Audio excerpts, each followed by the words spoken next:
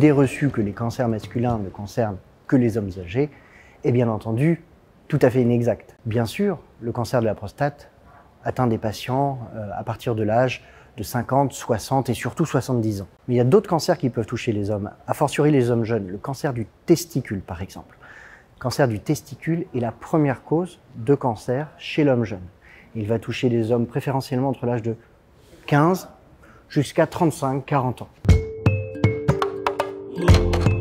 Une des grandes idées reçues sur le cancer, pas que de la prostate, mais le cancer en général, c'est de dire, eh bien, quand ça touche des patients âgés, souvent, les cancers sont plus indolents. Peut-être que ces cancers ne compromettent pas la durée de vie ou la qualité de vie.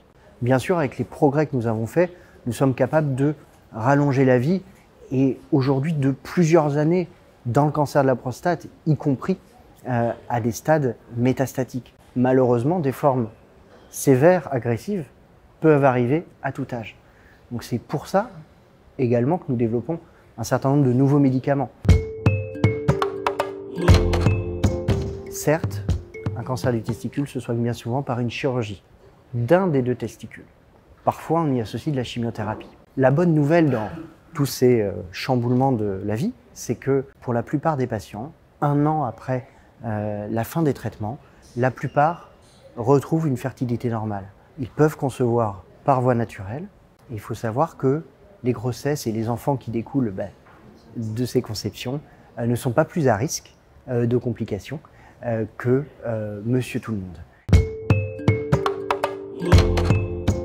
L'HPV, le papillomavirus humain, n'est pas responsable que des cancers du col utérin, il est responsable d'au moins 4 cancers.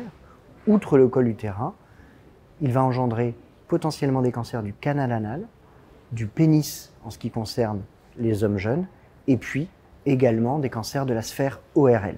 Ça veut dire donc que la vaccination HPV va prévenir jusqu'à 4 types de cancers, pas du tout spécifiques des jeunes filles, et que donc même pour les hommes, et a fortiori les jeunes hommes, on va sauver des vies